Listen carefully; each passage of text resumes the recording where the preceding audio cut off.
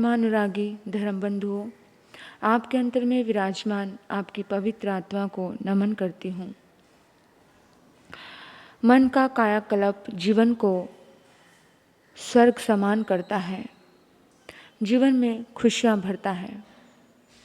आज जो भी हमारी ज़िंदगी में दर्द है या खुशियाँ हैं, वो सब हमारे मन की वजह से है। हमारे मन ने ही दुख को जन्म दिया है, हमारे मन ने ही सुख को जन्म दिया है। बात याद आती है एक मालिन और एक मछुआरन दोनों बहुत गहरी दोस्त थी। दोनों में अच्छी मित्रता थी, बहुत ज़्यादा प्रेम था। मालिन और मछुआरन दोनों एक साथ ही काम करती थी। बाजार में पास पास में दोनों की दुकानें थी। एक फूलों को बेचती थी, एक मछलियों को बेचती थी, लेकिन दिल मिले हुए थे, मन के भाव मिले हुए थे। एक दिन की बात है कि मालिन ने कहा कि मछुआरन, दिन छिपने को है, अंधेरा हो गया है, तुझे बहुत दूर जाना है, बारिश भी हो रही है, तू इतनी दूर कैसे जाएगी? मेरा घर तो यहीं पर है, पास में है, तू मेरे पास सो जा। और मछुआरन ने बड़े प्यार से उसको स्माइल दी और उसने कहा, ठीक है, मैं यहीं सो जाती हूँ।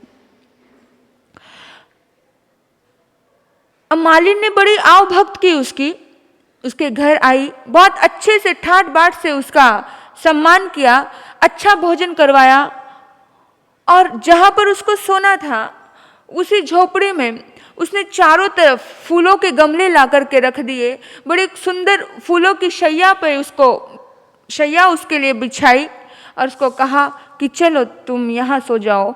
उस मालिन ने सोचा, तो हर रोज तो ये मछलियों की गंध में सोती है, बदबू में सोती थी, आज मैं इसको खुशबू में सुलाऊं, आज मैं इसको खुशियाँ दूं, आज मैं इसे सुकून से भर दूं। आज की रात इसको कभी भूलनी नहीं चाहिए, आज की रात ये याद रखे कि सचमुच आज की रात खुशियों से भरी थी, खुशबुओं से भरी थी।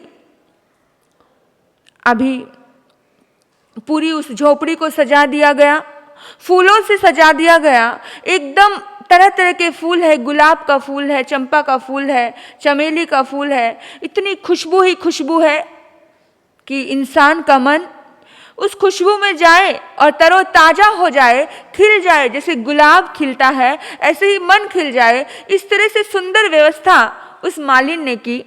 और खाना वाना भोजन वोजन करवाने के बाद जब रात का समय आया तो उन्होंने कहा कि आओ, मैं तुम्हें सोने की जगह दिखा देती हूँ। और अपनी झोपड़ी में ले गई, सुंदर ढंग से शैया सजी है और उसको उस पर लेटा दिया गया। उस सोने लगी, वो लेटी है मछुआरन, लेकिन लेटी ऐसी है कि करवटें बदल रही है, नींद ही नहीं आ रही है। इधर करवट बदल रही है, कभी उधर करवट बदल रही है, आधी रात बीत गई। गजब की बात तो यह है कि फूलों की खुशबू उसकी नाक को इतनी अटपटी लग रही है, इतनी अटपटी लग रही है कि वो इतनी बेचैन हो गई, इतनी बेचैन हो गई। उसने आवाज लगाई मालिन को। मालिन ने कहा, क्या हुआ? बोली मछुआरन कि नींद नहीं आ रही है। बोला क्यों? बोला कि फूलों की खुशबू बर्दाश्त नहीं हो रही है, बड़ी स्मेल आ रही है। बोला मेरी मछली की टोकरी कहाँ पर है? बोला अरे वो तो बहुत, मैंने कहा कितनी गंध आएगी, बदबू आएगी तुझे, आज तुझे सुकून से नींद आ सके, इसलिए मैंने उसको तो बाहर रख दिया। उसने कहा नहीं नहीं, मेरी मछलियों की टोकरियों को लेकर के आओ और मेरे सिरहाने रख दे ला करके। तो उसने सोचा कि आज फूलों की खुशबू में तुम्हें सुलाऊं, इसलिए मैंने ये मछलियों की टोकरी एक किनारे रख दी थी, झोपड़ी के बाहर रख दी थी। उन्होंने कहा नहीं। मछुआरन ने कहा नहीं, मछलियों की टोकरी के बिना मुझे नींद नहीं आती है, मैं बेचैन होती हूं। तुम लाओ। मालिन टोकरी लेकर के उसके सिरहाने रखती है और कहती है जाओ थोड़ा सा पानी लेकर के आओ, बड़ी बेचैनी हो रही है। पानी लेकर के आया गया और पानी उस मछलियों की टोकरी पर छिड़का गया और फिर कुछ देर थोड़ी सी वो मछलियों की गंध फैली और मछुआरिन थी उसको अब नींद आने लगी, वो ठीक से सो पाई। आप क्या सोच रहे हो इस बात से? समझ आई बात? मनुष्य के मन की यही स्थिति है, सेम यही स्थिति है। मछलियों की गंध में जिसे जीने की आदत पड़ जाती है, भला फिर वो उसको फूलों की खुशबू पसंद आएगी क्या? पसंद आएगी फूलों की खुशबू? जिसको मछलियों के गंध में रहने की आदत पड़ गई, वो मछलियों की बदबू उसे बदबू नहीं लगती। जिसे कीचड़ में रहने की आदत हो जाती है, उसको फिर फूलों पर बिठाया जाए तो उसको फूल आनंद नहीं देते हैं।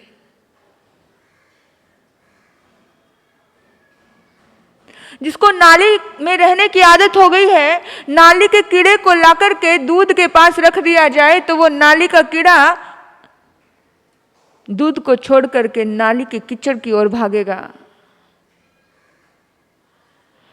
उदाहरण आता है शास्त्रों में, सूअर के पास अच्छे स्वच्छ चावल रख दिए जाए और एक तरफ विष्ठा रख दी जाए तो चावल छोड़ करके वो विष्ठा खाएगा।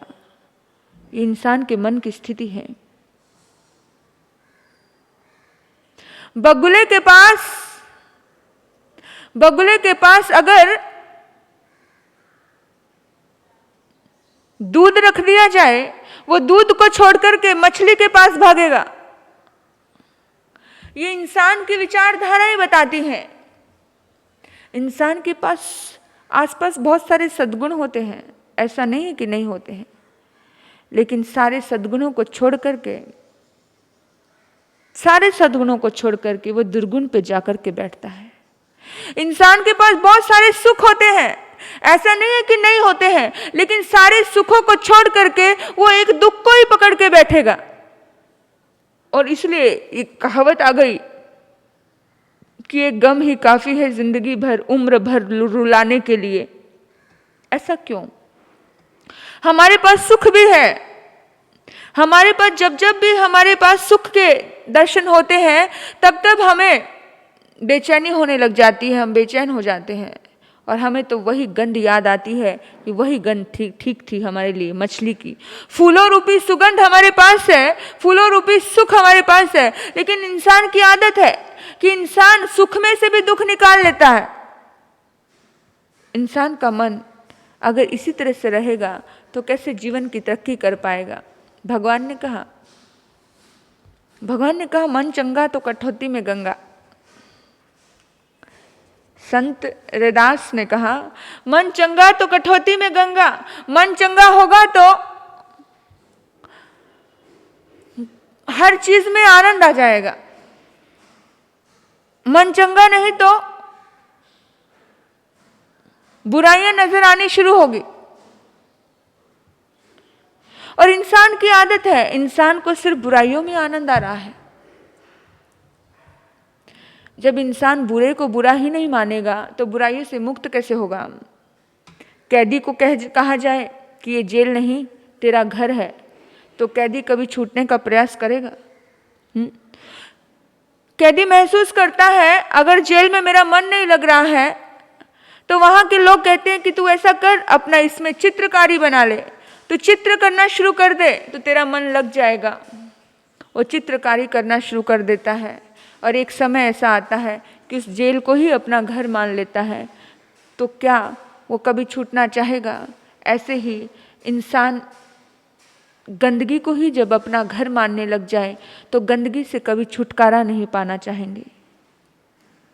गंदगी को गंदगी तो जानो, गंदगी को जिस दिन गंदगी जाना, गलत को जिस दिन गलत जाना, उसी दिन तो फूलों की सुगंध में आनंद आएगा। गलत को गलत नहीं जानेंगे तो फूलों की सुगंध में कैसे आनंद आएगा? मन चंगा कैसे होगा? जब मन चंगा होगा तो कटौती में गंगा कैसे बहेगी? मन चंगा तो कटौती में गंगा तभी बहेगी जब गलत को गलत जानेंगे। फिर इंसान को खुशबू आएगी तो फूलों में आएगी, मछलियों की गंध में खुशबू नहीं आएगी। अपने मन को पहचानो, पहचान दो उसको श्वास की कि कौन सी श्वास है। संसार में कुंडी के अंदर मन लगाया हुआ है, संसार की कुंडी जहां पर गंदगी है उसी में मन लगाया है। जीवन को स्वर्गीय सौंदर्य क्या होता है ये तो पता ही नहीं इंसान का। संसार में ही मन, संसार रूपी मछलियां आसपास दिखे तो ही अगर इंसान का मन लग रहा है तो उसके सामने साक्षात फूलों की सेज भी सजा दी जाए तो भी उसको दम घुटेगा। मन को जानो, मन को बदलो। मन को जानोगे, उसको बदलोगे तो ही तो मुक्ति मिलेगी। मन को बदलोगे ही नहीं तो मुक्ति कैसे मिलेगी? गलत को गलत ही नहीं जानोगे, बदबू को बदबू को ही नहीं जानोगे तो बदबू से छुटकारा कभी पाना चाहोगे क्या? अगर कैद को ही अपना घर मानकर बैठ गए तो कैद से कभी छुटकारा पाने की इच्छा होगी क्या? नहीं होगी। इसी तरह से जैसे उस सुअर ने कीचड़ को ही अपना घर मान लिया कि यही मेरी जिंदगी है तो वो कभी भी स्वच्छता और साफ होने की आशा ही नहीं रखेगा।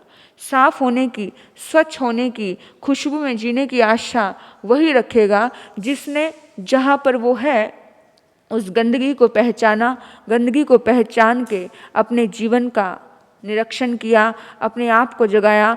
यही जीवंत धर्म है। जानो, सिर्फ मानो मत, जानो और जानने के बाद अपनी आत्मा को पहचानने के बाद अपनी खुशबू को चुनो। उस फूलों की खुशबू आपको आनंद देकर के जाएगी, सुकून देकर के जाएगी। संसार रूपी ये आकुर्डी, इस कीचड़ से उभरने की इच्छा तभी होगी जब हम अपनी आत्मा को देखेंगे और आत्मा के लेवल को जब हम समझते हैं, आत्म तत्व पे जब हम विश्वास करते हैं, तब वो आत्मा परमात्मा से मिलने के लिए चाहत जगाएगी तो अपने आप ही फूलों की खुशबू उसके आसपास रहेगी। बहुत बार ऐसा होता है कि फूलों जैसी खुशबू हमारे आसपास सत्संग के रूप में हमें मिलती है। कोई सत्संग करने वाले आसपास हमारे आ ही जाते हैं, कोई भजन कीर्तन करने वाले, लेकिन फिर भी हमें हमारी समय पता है ना, समय कितना हुआ है? समय कितना हुआ है? 1 घंटे का टाइम दिया और 1 घंटे के स्थान पर अगर 15 मिनट ज़्यादा सत्संग चल गया तो बार बार नज़र कहाँ जा रही है? घड़ी के पास जा रही है। फिर से तैयारी कौन सी हो रही है कि वो खुशबू इंसान को बेचैन कर रही है। जाना है तो कहाँ जाना है? वो मछलियों के गंध में ही जाना है। अगर ऐसी स्थिति है तो परमात्मा से मिलन होना